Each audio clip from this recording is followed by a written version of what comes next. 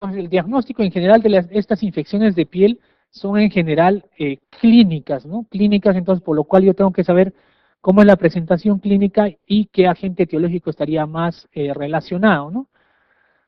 Bueno, en algunos pacientes podría obtener alguna biopsia. No se olviden que si yo tengo un absceso, yo evidentemente ahí sí la indicación es aspirar y cultivar esa muestra, ¿no? Es la indicación más ideal, ¿no?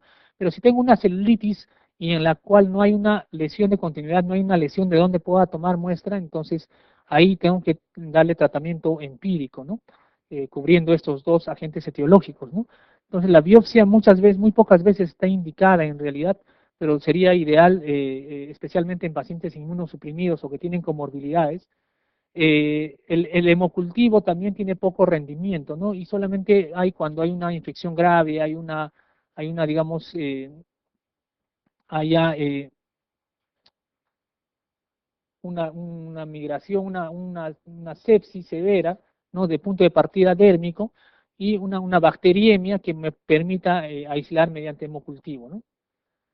Eh, este es un estudio del doctor Seas, de Cayetano, en realidad, que buscan, ¿no? la presencia de MARSA en la comunidad, ¿no? Lo que les decía, MARSA no necesariamente está solamente en el ambiente hospitalario, y este MARSA, en el 2002 en el Perú aparentemente no habían descrito ninguno, pero en todos los otros países sí estaban descritos cepas de Staphylococcus aureus mexilino resistente, ¿no?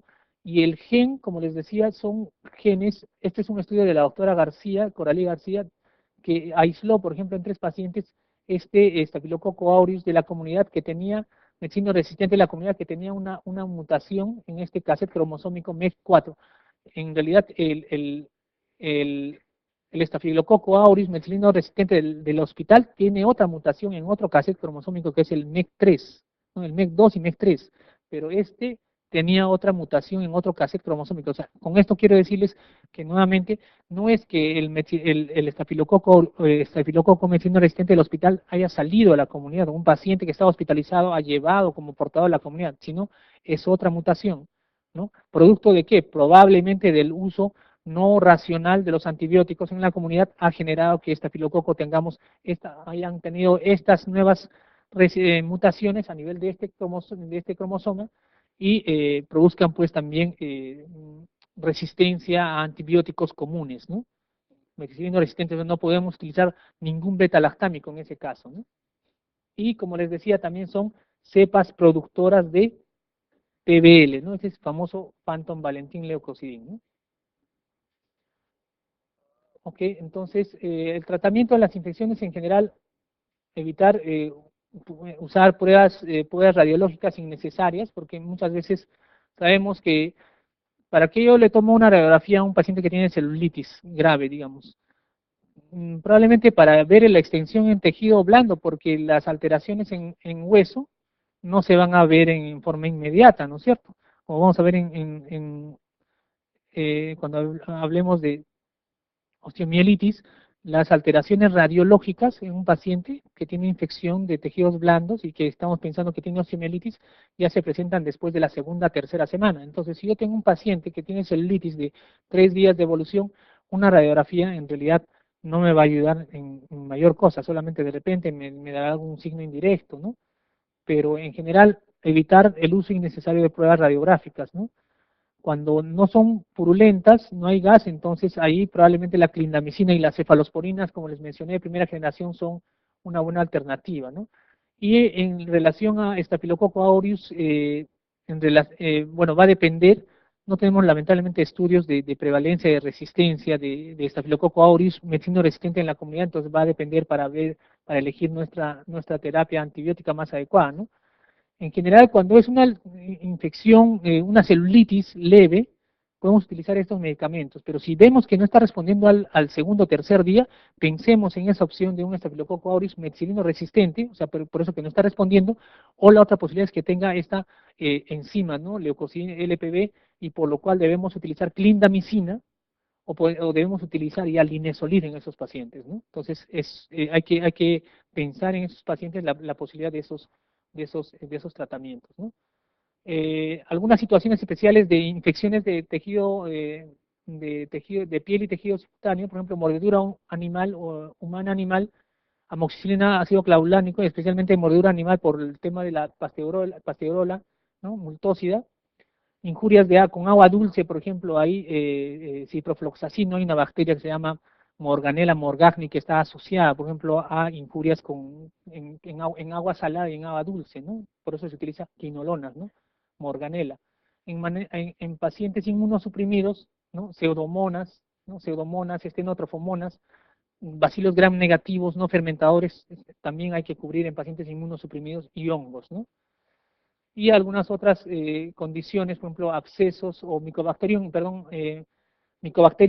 no tuberculosas, micobacterias atípicas en pacientes que han sufrido, o sea, se han hecho procedimientos quirúrgicos, ¿no? Lipoescultura, ¿no? Se han puesto siliconas en pacientes, por ejemplo, transexuales o HCH, homosexuales, ¿no? Que hacen, o mujeres que se han hecho lipoescultura o se han puesto siliconas, también hay que pensar si presentan infecciones en micobacterias no tuberculosas o micobacterias atípicas, ¿no? Que son estas Mycobacterium abscessum fortuitum, que son infecciones también severas, de difícil tratamiento, usualmente de tratamiento crónico, ¿no? Entonces, algunas indicaciones para sospechar que la enfermedad se nos está yendo de la mano, o sea, son infecciones serias, ¿no? Que necesitamos vigilarlas cercanamente o cambiar la terapia antibiótica, ¿no? En relación a, por ejemplo, fiebres altas, taquicardia, hipotensión, ¿no? O que tengan comorbilidades. Progresión rápida, lo que les decía, ¿no? Enfermedad severa que no se está resolviendo con la terapia clásica, ¿no? Marcado dolor o toxicidad sistémica, ¿no? No respuesta a terapia convencional, coloración violácea, bulas o contenido hemorrágico, esfacelación, ¿no? Entonces, esas cosas evidentemente nos debe llamar la atención, y si hay crepitación, evidentemente hay un anaerobio en esa localización, ¿no? Ok, entonces vamos a ver, entonces en general yo creo que hemos repasado rápidamente lo que es celulitis y infecciones de piel y tejidos blandos, ¿no? No se olviden los tips de estreptococo y estafilococo, ahí siempre hay que pensar, y del estafilococo auris meticilino resistente, que es también el estafilococo auris meticilino de la comunidad, meticilino resistente de la comunidad, está, digamos, de moda en los últimos 4 o 5 años más o menos, ¿no? Entonces, también podría ser plausible de una pregunta en el examen, ¿no? En relación a sepsis y shock séptico, también vamos a ver puntos cruciales, también generales.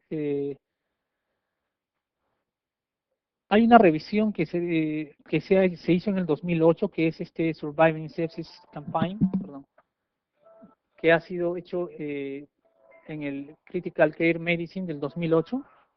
En esta revisión del Critical Care Medicine están todas las definiciones. En realidad las definiciones de sepsis y SIRS, etcétera, las definiciones de hipotensión inducida por sepsis, que también ustedes probablemente conozcan, han ido variando un poco y incluso no siempre han estado estandarizadas. Entonces, en esta revisión ya los conceptos están sumamente claros, ¿no? Y algunos aspectos, por ejemplo, de pronóstico, que es importante, ¿no? Entonces, esta clasificación en realidad de SIRS, con estas categorías que ustedes perfectamente lo conocen, ¿no? El tema de la temperatura, frecuencia cardíaca, respiratoria, leucocitos, bandas, etcétera. Esto, si bien es cierto, nos dice que sí, probablemente es un paciente que está haciendo SIRS, pero más importante que eso, también nos da pronóstico, ¿no? O sea, si cumple 1, 2 o 3 criterios, también nos va a dar una puntuación acerca del pronóstico en mortalidad. Entonces, que no es igual que un paciente tenga, digamos, fiebre y su frecuencia cardíaca esté en 100, digamos, ¿no? No es igual que tenga los 4 signos, ¿no? Todos los signos. Entonces, evidentemente eso también nos interesa para definir rápidamente que si es una infección, ¿no? Si estoy sospechando que este SIRS, ¿no? Que este SIRS tiene como causa un cuadro infeccioso, ¿no? Tengo que definir rápidamente para iniciar la terapia antibiótica empírica adecuada, ¿no? Entonces, también nos sirve no solamente para categorizar al paciente, sino para el pronóstico, ¿no? Y la sepsis es evidentemente la presencia de este SIRS más un foco establecido infeccioso, ¿no?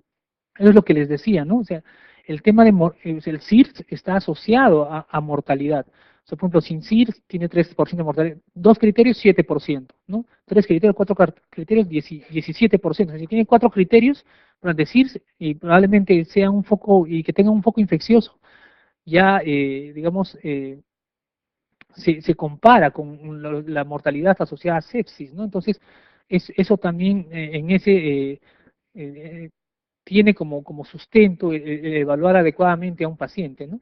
Y la definición de sepsis grave ya sería la sepsis asociada a disfunción orgánica o hiperperfusión, cuyos indicadores podrían ser la presión arterial sistólica menos de 90 o el descenso de la sistólica mayor de 40 milímetros de mercurio, acidemia láctica, oliguria o cambios mentales agudos. Y el shock séptico ya evidentemente el paciente con sepsis grave, pero que no responde a líquidos intravenosos, ¿no? Y que requieren vasopresores, ¿no? Antes había un concepto que yo lo revisé cuando estaba en la residencia, que era el concepto de hipotensión inducida por sepsis, que en esta revisión ya no aparece ese concepto, ¿no? Que ese concepto de hipotensión inducida por sepsis era teóricamente el paciente que viene con hipotensión, ¿no? Tiene sepsis y está hipotenso y respondía a líquidos intravenosos. Yo les daba coloides o cristaloides y respondía a la terapia, ¿no? Entonces ese concepto era el concepto manejado de hipotensión inducida por sepsis. Pero en esta revisión, que es la última que existe, en realidad ya no se tiene ese concepto, ¿no? Sepsis grave, ¿no? Shock séptico, ya cuando no responde y necesito vasopresores, ¿no? Y esta es una definición en realidad ya final del paciente, definiendo la presencia de función alterada orgánica en un paciente con patología aguda y que su homeostasis no puede ser mantenida sin intervención, ya sería el síndrome de disfunción multiorgánica, que es un estadio, digamos, ya casi premortem, ¿no?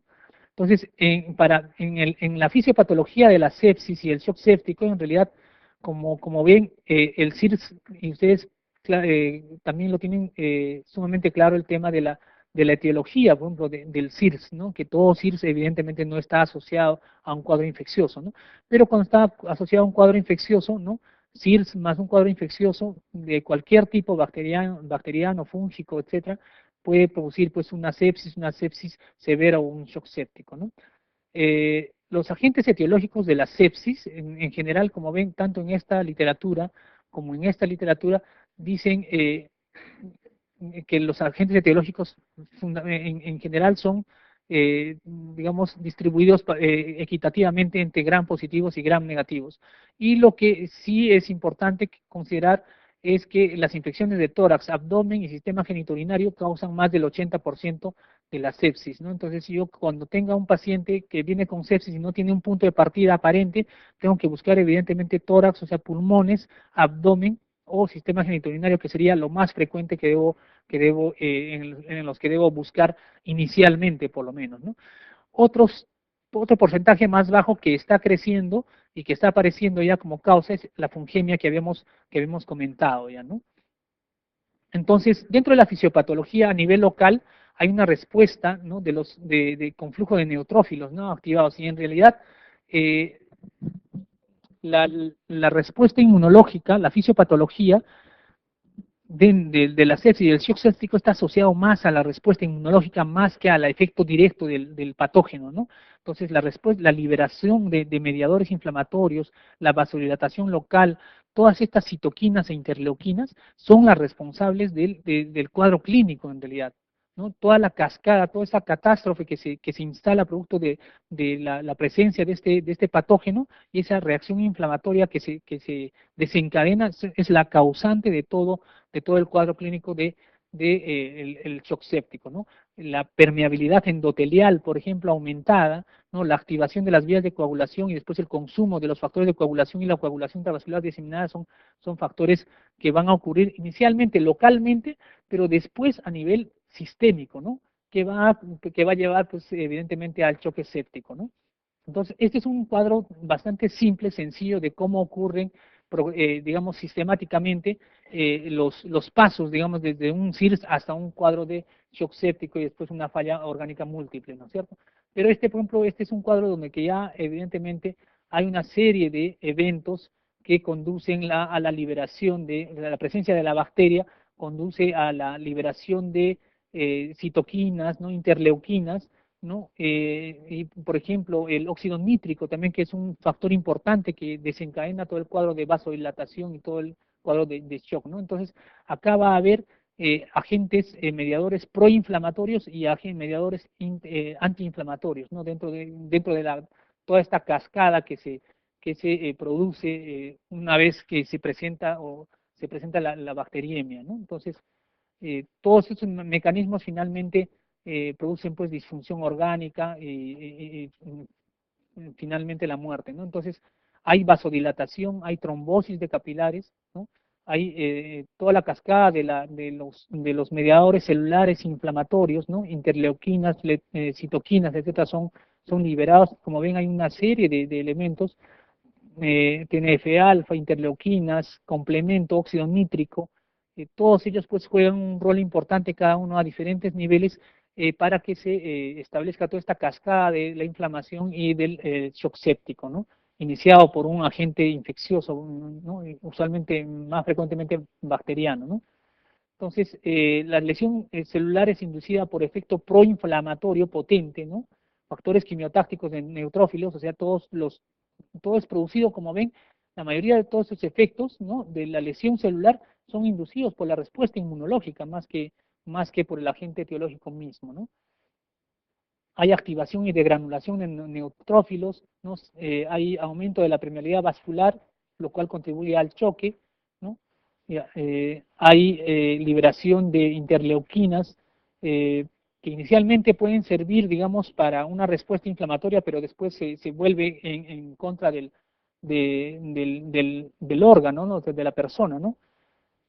Otros mediadores, interleuquina 6, interleuquina 8, ¿no? Y etcétera. Hay varias realmente citoquinas que activan la cascada de coagulación, microtrombos, isquemia orgánica, ¿no? Entonces, hay, hay varios, digamos, varios componentes que van a todos conjuncionar en la producción del shock, ¿no? El óxido nítrico, el sistema de complemento, etcétera, ¿no?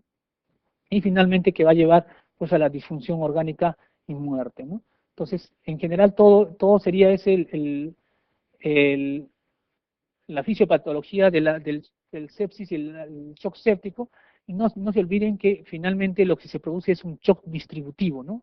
Es un shock distributivo. Por eso que muchas veces, si bien es cierto, eh, está indicado el uso en algún momento de inotrópicos, etcétera, pero en la reposición de volumen, el manejar el medio interno es uno de los factores más importantes que debo realizarlo en las primeras 6 horas en realidad, ¿no? Acá tenemos más alteraciones, como había mencionado, y los factores de riesgo tenemos, por ejemplo, extremos de la edad, enfermedades primarias como cirrosis, alcoholismo, diabetes mellitus, inmunosupresión, ¿no? Procedimientos invasivos, hospitalización prolongada, como factores de riesgo para que los pacientes puedan presentar enfermedad severa o shock séptico, ¿no? Eh, Lamentablemente el diagnóstico de sepsis, especialmente en aquellos casos en los que no encuentro el foco infeccioso, es bastante complicado, ¿no? Probablemente también hayan visto ustedes algunos pacientes, ¿no?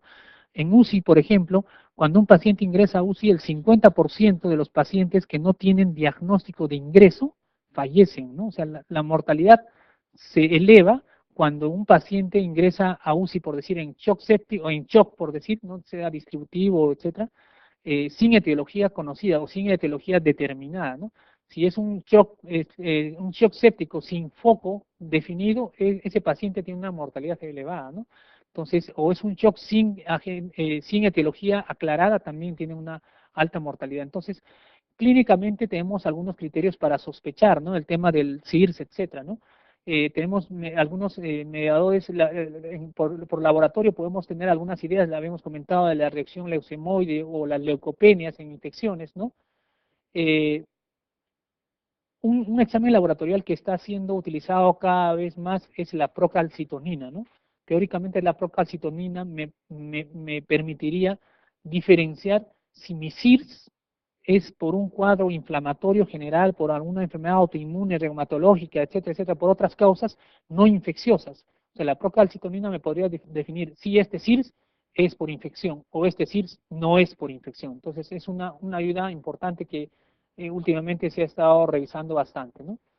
Y algunas variables hemodinámicas, evidentemente, que también me sirven para evaluar el paciente y la disfunción de otros órganos para ver las conductas a seguir, ¿no? Entonces, el diagnóstico, evidentemente el cultivo, como les decía, el tener el agente etiológico ayuda mucho, ¿no? El pronóstico es importante en estos pacientes cuando yo tengo el agente etiológico. Entonces, el hemocultivo es una de las herramientas importantes. Sin embargo, tenemos que tener algunas consideraciones, ¿no? Son usualmente 2 o 3 hemocultivos. Usualmente decimos un hemocultivo no hacen, o sea, uno es ninguno, ¿no? O sea, yo debo hacer 2 o más hemocultivos, ¿no? Puede ser espaciado cada 30 minutos y depende del cuadro clínico que yo sospeche, podría esperar el famoso, el pico de fiebre, ¿no? Para tomar el hemocultivo, pero en general, se puede utilizar 2 hemocultivos seriados, independientemente de la fiebre, ¿no? Salvo en algunas excepciones, hay que esperar la fiebre, pero en general hay que tomar 2 hemocultivos espaciados uno del otro de 30 minutos aproximadamente. El volumen del hemocultivo también es importante, porque muchas veces nosotros tomamos, pues, no sé, 5 mililitros, 8 mililitros, y es variable lo que tomamos, ¿no? Si no coordinamos bien con el laboratorio. El volumen mínimo para que tenga alto rendimiento hemocultivo debe ser de 12 mililitros mínimamente, ¿no? Evidentemente en pacientes adultos, porque a un neonato no le va a sacar 12 mililitros si no le hago una exsanguino transfusión, pues al neonato, ¿no es cierto? Entonces, 12 mililitros usualmente en adultos, ¿no? Es el volumen mínimo requerido, 12 mililitros, ¿no? Entonces, si no, no vamos a tener, digamos, la posibilidad de darle mayor rendimiento al hemocultivo, ¿no? Y pues, debería hacerlo un hemocultivo percutáneo y un hemocultivo si es que tiene un acceso vascular, por ejemplo, también es una buena práctica, ¿no? Si tengo sospechas, por ejemplo, de que hay evidentemente si hay infección urinaria, de líquido, de meningia o de heridas o secreciones, si hay abscesos, colecciones, tengo que tomar muestras de eso para tener, ¿no? la posibilidad de aislar el agente etiológico, ¿no? Nosotros, bueno, como infectólogos tenemos mucho el tema de aislar el agente infeccioso, porque realmente el tener el agente etiológico mejora mucho el pronóstico, mejora mucho la terapia, de orientar adecuadamente el tratamiento, corregir la terapia, ¿no? Y evidentemente no debemos demorar el tratamiento antibiótico, ¿no? Y si yo sospecho de algún agente, perdón, de una localización, o sea, busco clínicamente, de acuerdo al foco que yo sospecho, tengo que coberturar los agentes etiológicos también más frecuentes que están asociados a ellos, ¿no? Entonces, el demorar el tratamiento antibiótico no significa que no deba tomar cultivos, o sea, siempre tengo que tomar cultivos, 2 o más cultivos, con muestras con volumen adecuado. Y puedo utilizar imágenes, evidentemente, para confirmar o para ver la fuente de infección, o sea, dónde está el foco infeccioso, es importante, ¿no? Otros exámenes de laboratorio, como les mencionaba, la procalcitonina me permite diferenciar entre causas, es decir, infecciosos y no infecciosos. Entonces, esa es una cosa que, si bien es cierto, todavía es controversial, porque algunos no le dan todo el peso, algunos sí, entonces es controversial todavía, pero es una ayuda. La procalcitonina que ha salido en los últimos años, también desde 2009 más o menos, la utilidad de la procalcitonina, ¿no? Tiene un valor pronóstico, ¿no? Entonces, la idea es que me podría diferenciar si está en rangos de 0.25 a 0.5, entonces sugiere la presencia de infección bacteriana que requiere antibióticos, ¿no? Y si está menos de 0.25, la posibilidad de que sea una sepsis o un cuadro de SIRS asociado a una infección es poco probable, ¿no? Entonces, hay una revisión que sustenta ese uso, ¿no? El uso de procalcitonina. ¿Ok? En esa revista que les decía de Critical Care Medicine también hay un tema muy importante del manejo del shock dentro de las primeras 6 horas, ¿no? O sea, ahí está el pronóstico. Un paciente que está chocado más de 12 horas, más de 24 horas, es un paciente que tiene un mal pronóstico, ¿no? Es un paciente que va a fallecer probablemente. Entonces, nuestros esfuerzos deben estar orientados en sacarlo del shock al paciente dentro de las primeras 6 horas. O sea, 6 horas es el punto clave para determinar el pronóstico de este paciente, ¿no?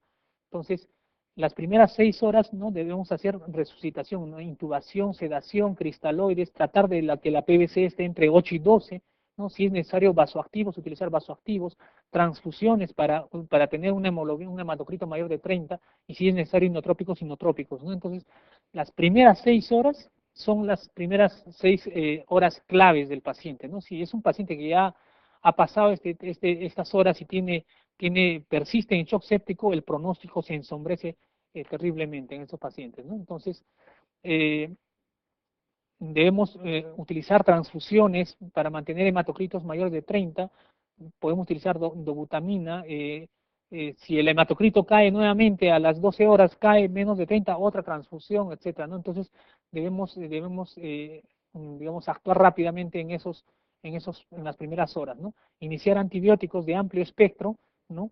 Empíricos, pero con cultivo previo, ¿no? Sin demorar el tratamiento empírico, ¿no? El retraso de la terapia aumenta la mortalidad, ¿no? Y si la terapia no funciona, digamos, dentro de las 24 o 48 horas, yo ya debería estar pensando en ampliar la cobertura para cubrir, por ejemplo, especialmente dentro de las 48 a 72 horas, no antes. 48 a 72 horas, yo debo estar evaluando si el paciente persiste febril o tiene signos que me inducen que sigue un proceso infeccioso, ampliar la cobertura para hongos también, ¿no? Entonces, este es un cuadro interesante, también antiguo, mira, del 2000 todavía, en que cómo se altera, ¿no? Se altera la mortalidad en pacientes que inician una terapia antibiótica empírica apropiada, ¿no?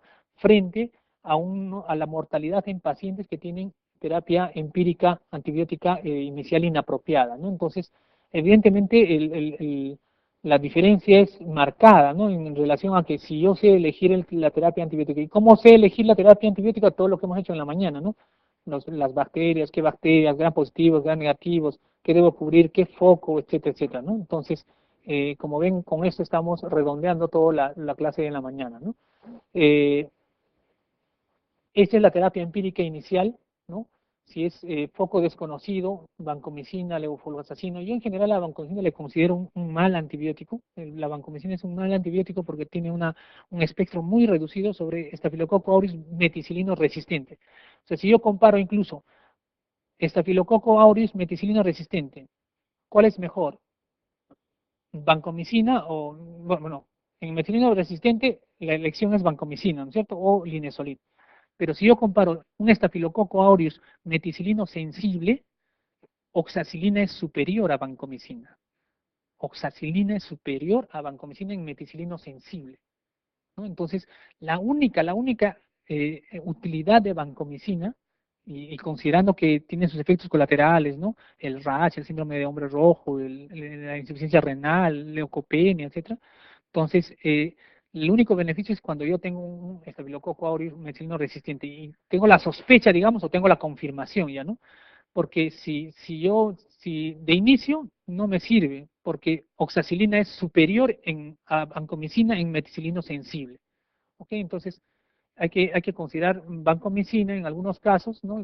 Bueno, en este caso, en un shock séptico, evidentemente las opciones son pocas. Infección del tracto urinario, piperacilina, tazobactam y gentamicina, ¿no? Hay que coberturar.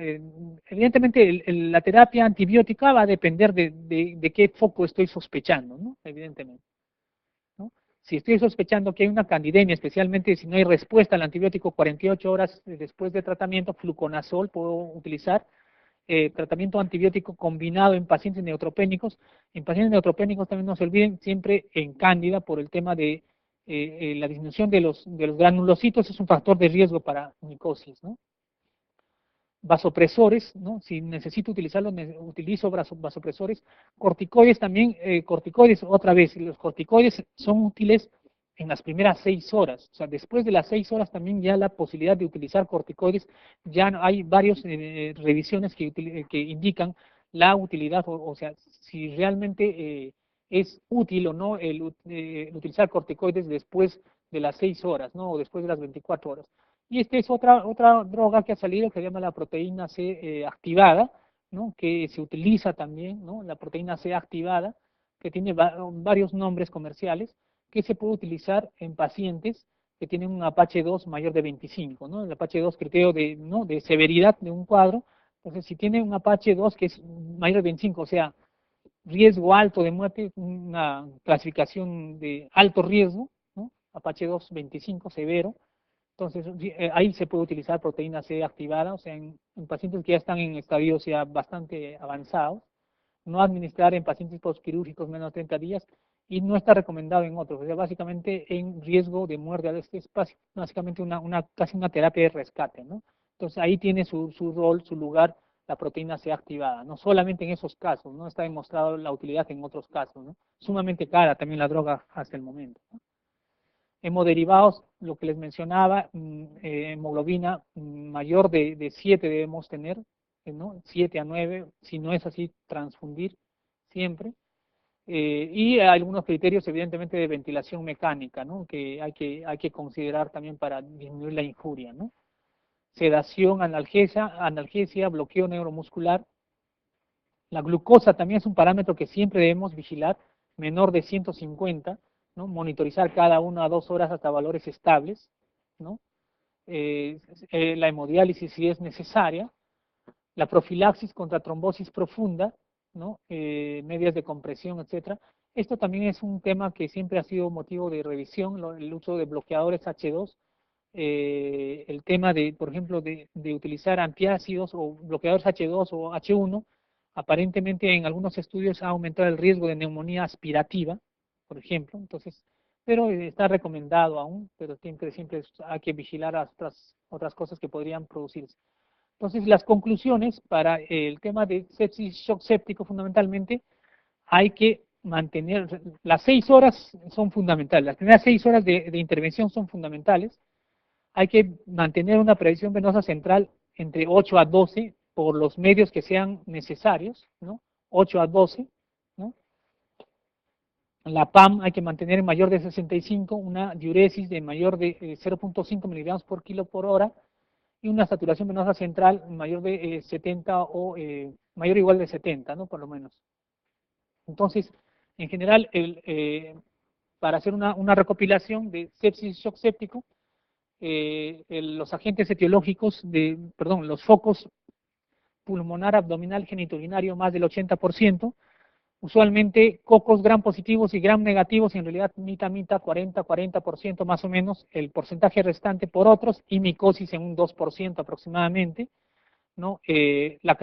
Todo el evento está relacionado a la cascada inflamatoria que se produce, producto del lipopolisacárido A, por ejemplo, o del ácido teitoico, el lipoteitoico, o sea, producto de los factores de virulencia de la bacteria, se produce toda una respuesta inflamatoria mediada por interleuquinas, óxido nítrico, complemento, factor necrosis tumoral alfa, etcétera. Todos esos son los que desencadenan toda la catástrofe, pues, que es que se produce producto de estos mediadores inflamatorios, ¿no? Vasodilatación, hay permeabilidad vascular, ¿no? Consumo de factores de coagulación intravascular diseminada y finalmente la falla multiorgánica, ¿no? Entonces, más o menos es en resumen los eventos fisiopatológicos del shock séptico, ¿no? Y en relación al tratamiento, las 6 horas, ¿no? El punto clave, las 6 horas, es esos 6 puntos para mantener presión, para mantener tensiones de oxígeno adecuadas, para mantener hemoglobina mayor de 7 o hematocrito mayor de 30, ¿no? Y el uso de inotrópicos, o sacarlo del shock en esas primeras 6 horas, ¿no? Algunas consideraciones también para el tratamiento, no se olviden de la proteína C activada, que es una droga que se utiliza en pacientes ya con enfermedad severa, ¿no? Apache 2 mayor de 25, ¿ok? Está más o menos claro, más o menos oscuro, por ahí. Es un repaso en realidad, ¿no? Es un repaso. Entonces, sería todo, creo, en shock séptico. El pronóstico es importante, también podría ser un motivo de pregunta, el pronóstico de la terapia antibiótica empírica, inicial, ¿no? El pronóstico, o sea, se duplica la mortalidad si utilizo un antibiótico inadecuado, se duplica del 30% al 70%. Entonces, se duplica la mortalidad cuando yo no utilizo el antibiótico empírico inicial adecuado. Es decir, si yo digo, ahí es un shock séptico, este es un shock séptico a punto de partida, no sé, a punto de partida torácico, pulmonar, ¿no? Es una infección, una neumonía, ¿no? Entonces, y si me estoy equivocando y en realidad es una sepsis a punto de partida abdominal y no he utilizado el antibiótico, por ejemplo, piperacilina, tazobactam para cubrir anaerobios, por decir, ese paciente tiene un 70% de mortalidad, ¿no? Tiene el doble de riesgo por no haber utilizado un antibiótico apropiado, ¿ok? Y vamos a ver esta última parte, que es básicamente la parte de osteomielitis, que también vamos a ver algunos conceptos claves, unos 15 minutos más, algunos conceptos claves en relación a infecciones a osteomielitis, ¿no? Entonces, básicamente la definición, inflamación o infección de hueso, considerado como un órgano, ¿no? Le extiende a la totalidad de los tejidos que comprometen, puede ser producido por virus, hongos, etcétera, en general, la osteomielitis, ¿no? Eh, Esta es la incidencia, ¿no? Tiene, digamos, el agente etiológico más frecuentemente aislado, 80-90% de los casos, estafilococo aureus. O sea, ustedes cuando escuchen osteomielitis, sinónimo, estafilococo aureus. Así es. Osteomielitis, estafilococo aureus. Y en el caso de, digamos, de osteomielitis asociada a implantes, o sea, a equipos de fijación, o sea, si está con equipo de osteosíntesis, si tiene un equipo, ya no cambia, le cambian de apellido ya, estafilococo epidermidis, ¿no? Entonces, en general, las osteomelitis en general son producidas por estafilococo aureus, ¿no? En mayor frecuencia. Si es producto de una infección después de una intervención quirúrgica y tiene elementos de fijación ahí, entonces ahí ya le cambio el apellido y le digo estafilococo epidermidis como agente etiológico más importante. Hay algunos, evidentemente, otros agentes etiológicos en algunos, eh, en algunas poblaciones, ¿no? Escherichia coli, Klebsiella, Pseudomonas, más en pacientes con problemas renales y drogadictos endovenosos, en pacientes en periodo neonatal, hemófilus, influenza y estreptococo, ¿no? Y hay en el 50% de los casos no se puede aislar el germen, ¿no? Y por la causa más frecuente, acá dice más del 50%, pero más o menos el 80%, estafilococo aureus y algunos otros agentes etiológicos que representan menos porcentaje y que varían de acuerdo a la edad, ¿no? Pseudomonas aeruginosa en drogadictos endovenosos, ¿no? Secundarias o nosocomiales, bacilos gram negativos, por ejemplo, en niños hemófilus y en recién nacidos estreptococos. ¿Ok? Entonces eso también es importante que lo fijen esos conceptos. La clasificación, yo puedo clasificar la osteomielitis de acuerdo a la vía de acceso. Tenemos la vía hemática, desde un foco contiguo o desde por producto de una implantación directa, producto de un traumatismo, por ejemplo, ¿no? Que penetra pues piel, tejido celular subcutáneo y llega hasta hueso, ¿no? Otra clasificación de acuerdo a la clínica en aguda, subaguda y crónica, ¿no? Aguda menor de 2 semanas, de 2 a 4 y mayor de 4 semanas. Usualmente las agudas son por estafilococo aureus, ¿no? Y en niños streptococo o hemófilus, ¿no? Okay, osteomielitis aguda y osteomielitis crónica, ¿no? Que también se puede presentar en algunas como tuberculosis, brucelosis también, por ejemplo, ¿no? Como crónica. Eh, Evidentemente la localización más frecuente, ¿no? Especialmente en jóvenes y en niños, y en adultos también en realidad, son las epífisis y las metáfisis, ¿no? En los niños metáfisis, ¿no? Metáfisis y epífisis, y en los adultos en las epífisis, ¿no? O regiones subcondrales, donde evidentemente la vascularización es producto, básicamente acá el tema es vascularización, ¿no? Es más frecuente, especialmente, evidentemente, esto en osteomielitis hematógenas, ¿no? Hematógenas, ¿no? Porque por vía hematógena van a llegar hasta zonas donde que hay gran vascularización, metáfisis, epífisis y las regiones subcondrales, ¿no? Entonces, hay una serie de alteraciones que se producen, ¿no? Desde el hueso afectado se necrosa en 48 horas, ¿no? Y puede llegar al periósteo, ¿no? Se producen abscesos subperiósticos, posteriormente hay necrosis segmentaria del hueso y se produce el secuestro, ¿no? Entonces hay algunos conceptos que también deben fijarlos, que es básicamente la resorción ósea, el crecimiento de tejido fibroso, el depósito de hueso reactivo en la periferia, ¿no? Cuando todo esto se cubre, se denomina involucro, ¿no? Y el otro es el secuestro, la zona de resorción ósea, en la que en la placa uno ve una zona, digamos, hipo, una zona, digamos, opaca, ¿no? En la radiografía que vamos a ver ahorita, donde una zona radiolúcida, ¿no? Donde evidentemente está todo el depósito de hueso, digamos, con resorción ósea, ¿no? Y cuando se cubre esa zona de resorción ósea se denomina involucro, ¿no? Hay algunas características, por ejemplo, que vamos a ver más adelante de las osteomielitis crónicas especialmente, ¿no? Que se han denominado, por ejemplo, el absceso de Brody o la osteomielitis esclerosante de Garret, ¿no? Entonces, el absceso intraóseo es la cavidad labrada que dentro de ella hay un contenido purulento, ¿no? Séptico. Y el secuestro es el segmento óseo desprovisto de circulación, el foco necrótico, ¿no? Entonces acá tenemos, por ejemplo, un absceso intraóseo, ¿no? Un absceso intraóseo. Acá tenemos el involucro, o sea, el secuestro cubierto por el involucro, está el secuestro. Y hay algunas definiciones, por ejemplo, de foramina, que son las perforaciones óseas, ¿no? Que vacían el contenido, ¿no? Y producen fístulas a nivel de piel, por ejemplo, ¿no? Es que se ve en la osteomielitis, ¿no?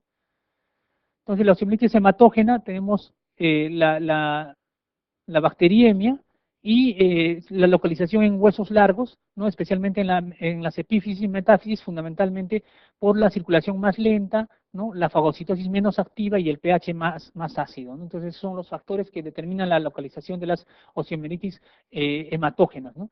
En cambio, la directa, evidentemente, cuando la bacteria entra al tejido a través de una herida o que viaja hasta el hueso, ¿no? Un traumatismo severo, una lesión de continuidad hasta el nivel de hueso, ¿no? Y o infecciones por contigüidad, por ejemplo, una celulitis de piel, ¿no? Que puede afectar también nivel óseo, ¿no? La clínica, hay dos fases del periodo de comienzo: dolor, fiebre, miembro de semiflexión, ¿no? Hay hiperestesia, adenopatías regionales. En lactantes, evidentemente, puede ser causa inexplicable de fiebre. Y el periodo de estado en el que haya tumefacción reblandecida, ¿no? Usualmente esta tumefacción, si no se diagnostica precozmente o no se abre, se abre espontáneamente, ¿no? Este también es un tema bastante importante que ojalá puedan fijarlo y no se olviden mañana, es que la radiografía, los primeros hallazgos, ¿no? De 3 a 5 días se caracterizan por aumento de las partes blandas nada más. O sea, ahí la radiografía nos ayudaría a ver las partes blandas, hasta qué nivel está afectado, de repente, ¿no? O sea, tengo la radiografía y probablemente no hay una afección, de repente puedo ver gas acá, de repente, ¿no? Entonces puede servirme para ese diagnóstico, ¿no? Pero no para diagnosticar osteomielitis, ¿no? O para decir, bueno, ni siquiera yo puedo, o sea, si tengo una radiografía normal a los 3 a 5 días, no me dice si va a haber o no va a haber osteomielitis, ¿no? En cambio, los cambios óseos luego de las 2 a 3 semanas, ¿no? En radiografía. Por eso la radiografía también tiene sus limitaciones, evidentemente, ¿no? E incluso requiere 40-50% de pérdida ósea para detectar una radiolucencia, ¿no? O sea, tiene muchas limitaciones realmente la radiografía, ¿no? Entonces, otros exámenes, el cintigrama óseo, ahí tiene detecta más precoz, ¿no? La detección más precoz de la osteomielitis aguda. La tomografía, evidentemente, también tiene muy buena resolución, ¿no? Menor, evidentemente, para partes blandas. Y digamos, el examen de elección para osteomielitis es la resonancia magnética, definitivamente, ¿no? Entonces, tiene una sensibilidad de 90 a 100%, ¿no? Y la ventaja es que nos puede dar un diagnóstico más precoz, ¿no? Entonces, por ejemplo, acá hay osteomielitis en la columna y gamografía con indio, osteomielitis de tibia, ¿no? Entonces, es importante el considerar la posibilidad de una resonancia, y si solamente tengo acceso a la radiología, una radiología no me descarta la posibilidad de una osteomielitis, ¿no? Entonces, para el diagnóstico requieren dos de estos criterios, por ejemplo, obtención de material purulento de hueso afectado, si tengo la posibilidad de hacer, por ejemplo, una intervención quirúrgica, tomar una muestra, ¿no? Hallazgos positivos desde el tejido óseo o hemocultivos, ¿no? Lo mejor en una osteomielitis, y si está abierta la herida, es tomar una biopsia de hueso, ¿no? Un pedazo de hueso y eso cultivarlo, ¿no? Esa es la mejor forma de aislar el germen, ¿no? Si hay signos locales de inflamación, dolor óseo, eritema, edema, etcétera, y estudiar al ojo positivo, ¿no? Entonces, con todos estos criterios ya evidentemente tengo el diagnóstico, ¿no? Diagnóstico diferencial es artritis séptica. Esto siempre va a ser el diagnóstico diferencial por la localización, ¿no? Y la artritis séptica usualmente, ¿no? La articulación enrojecida, y hay signo de témpano positivo, ¿no? Y signos inflamatorios, etcétera. Y el diagnóstico se hace ahí por punción, ¿no? Punción y el estudio del líquido del líquido sinovial, ¿no? La artritis séptica, ¿no? Otros diagnósticos diferenciales: celulitis, tuberculosis ósea, enfermedad de Payet, ¿no? Enfermedad de Payet, otra posibilidad, neoplasias en sarcoma de Ewing, ¿no? Tromboflebitis, etcétera, ¿no? No siempre resulta con facilidad distinguir, ¿no? Si es solamente es una artritis séptica o ya hay un compromiso de osteomielitis, ¿no? Entonces, en la parte crónica, ¿no? Usualmente es una secuela de una osteomielitis aguda o secuela de una osteomielitis provocada por vía directa, ¿no? Fracturas expuestas, ¿no? La osteomielitis crónica, ¿no? Se hacen episodios, el paciente ha sufrido una osteomielitis aguda y quedan secuelas o focos que se van reactivando periódicamente, ¿no? Entonces, hay algunos posibles factores reagudizadores, ¿no? Por ejemplo, el tema de traumatismos directos, ¿no? Un paciente que ha tenido osteomielitis y traumatismos directos provocan pues reactivaciones del cuadro de osteomielitis crónica, el mal estado nutritivo crónico del paciente, frío, humedad persistente, alcoholismo, diabetes, las comorbilidades también son un factor importante que hay que manejarlas adecuadamente, ¿no? O el tratamiento con inmunosupresores, ¿no? Los síntomas de la osteomielitis crónica, ¿no? Cuando está inactivo, evidentemente es asintomático, pero la reactivación produce pues signos similares a una osteomielitis aguda, pero con menor intensidad, ¿no? Dolor focal, espontáneo, aumento de la temperatura local, rubicundez, ¿no? Puede aparecer signos claros de celulitis, abscesos cutáneos, ¿no? Fistulización, ¿no? O vaciamiento del contenido, ¿no? En el caso de que ya esto no haya sido controlado, ¿no? Entonces, la radiología, como es una osteomielitis crónica, ahí sí hay signos, evidentemente, que pueden ayudarnos, el tema de las zonas osteolíticas de extensión variable, ¿no? Engrosamiento de las corticales, la reacción perióstica, las hiperplasias, etcétera, etcétera, que evidentemente nos ayudan, ¿no? Dentro de estos tenemos la osteomielitis esclerosante de Garré y la de Ollier, ¿no? Y dentro tenemos también el absceso de Brody, que son imágenes osteolíticas metafisiarias, ¿no? Dolorosas, ¿no? En general, el tratamiento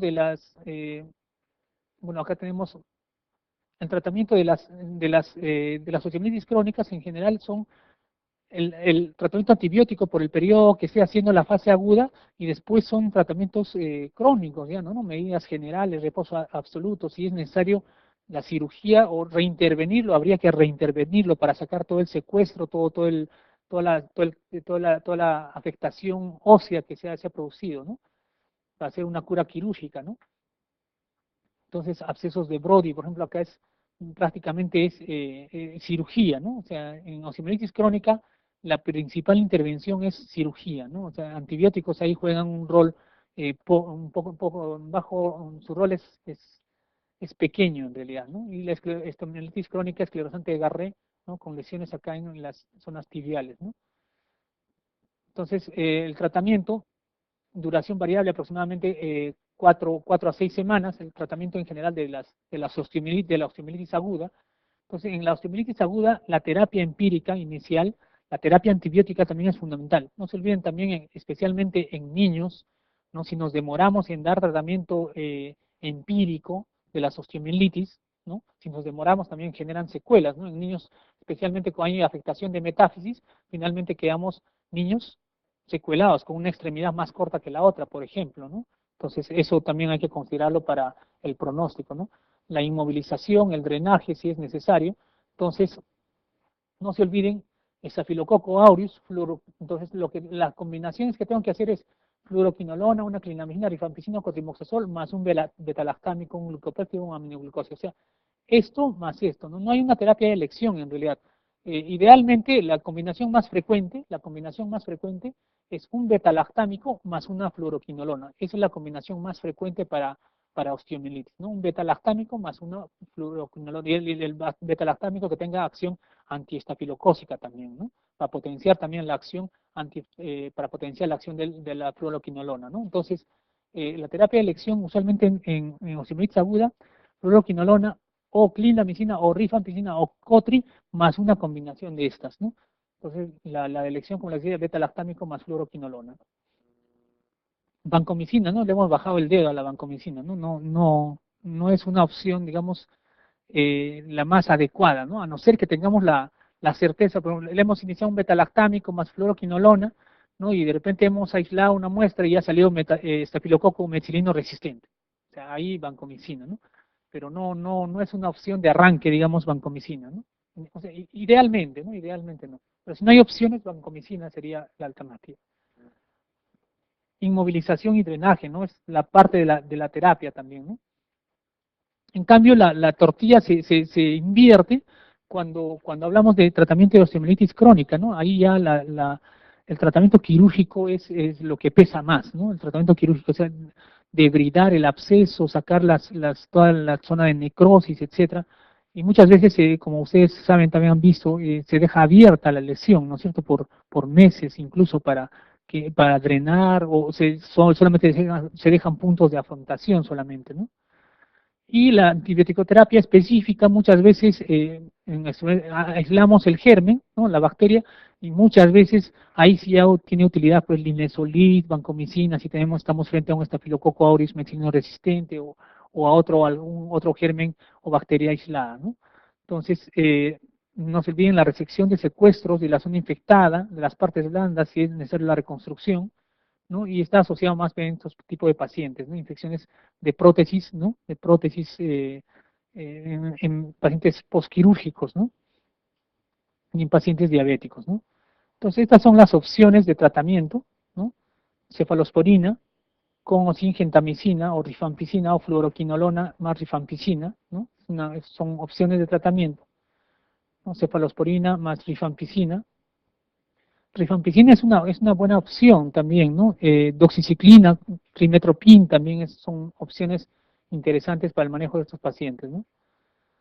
Y estos tenemos acá aminopenicilinas, por ejemplo, masclinda, aminopenicilinas más clindamicina en odontogénica, porque hay que cubrir anaerobios, ¿no? Entonces depende más o menos de la prótesis, por ejemplo, acá banco, ¿por qué? Porque estafilococo, acá ya ven acá estafilococo SP, ¿no? Okay, ya es prótesis o material de osteosíntesis, ya es estafilococo epidermidis, ¿no? Y usualmente el estafilococo epidermidis usualmente es metileno resistente también, ¿no? Porque está asociado más a ambiente intrahospitalario, especialmente de ambiente intrahospitalario. Entonces, en realidad el pronóstico acá, pues, bueno, si es que inicio una terapia antibiótica adecuada, ¿no? De la osteomielitis crónica es realmente desalentador. La infección de prótesis, en realidad el manejo es bastante complicado, también tratamiento muy prolongado, ¿no?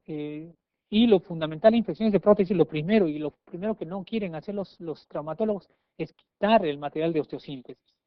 O sea, lo primero es quitar el material de osteosíntesis, ¿no? Bueno, hay algunas revisiones que hacen también nuevamente los famosos score para ver en qué momento retiramos un material de osteosíntesis, pero en general las recomendaciones son toda infección con material de osteosíntesis, hay que retirar el material de osteosíntesis, ¿no? Entonces, el pronóstico es reservado porque es difícil de tratar este tipo de infecciones, ¿no? Estafilococo epidermidis, no se olviden acá, es estafilococo epidermidis. ¿Okay? Las complicaciones, absceso óseo, infección por amputaciones, fístulas, ¿no? Septicemias, ¿no? Artritis, osteitis crónicas, ¿no? Son fundamentalmente las complicaciones y especialmente en niños, evidentemente hay una alteración del crecimiento en los niños que son afectados a nivel de su metáfisis, ¿no? Entonces las indicaciones quirúrgicas son falla de tratamiento médico y el objetivo es eliminar la pus del canal medular y del espacio subperióstico y en osteomielitis crónica eliminar tejidos blandos y osos desvitalizados necróticos, ¿no? 5 al 25% de osteomielitis no se resuelven y persisten con infección crónica. ¿Okay? Acá creo que no hay preguntas, en la siguiente clase hacemos preguntas. ¿Okay? ¿Alguna pregunta? Más o menos hemos hecho un repaso general de infección de tejidos blandos, sepsis, osteomielitis, espero que haya quedado más o menos claro, los agentes etiológicos, el tratamiento, y la utilidad del diagnóstico, ¿no? La radiología, no se olviden, ¿no? Es algo que siempre hacemos, ¿no? Vemos una infección más o menos aparentemente severa, radiología en ese momento a los 3, 4 días donde que no vamos a tener ninguna utilidad, ¿no? Ok, muchas gracias.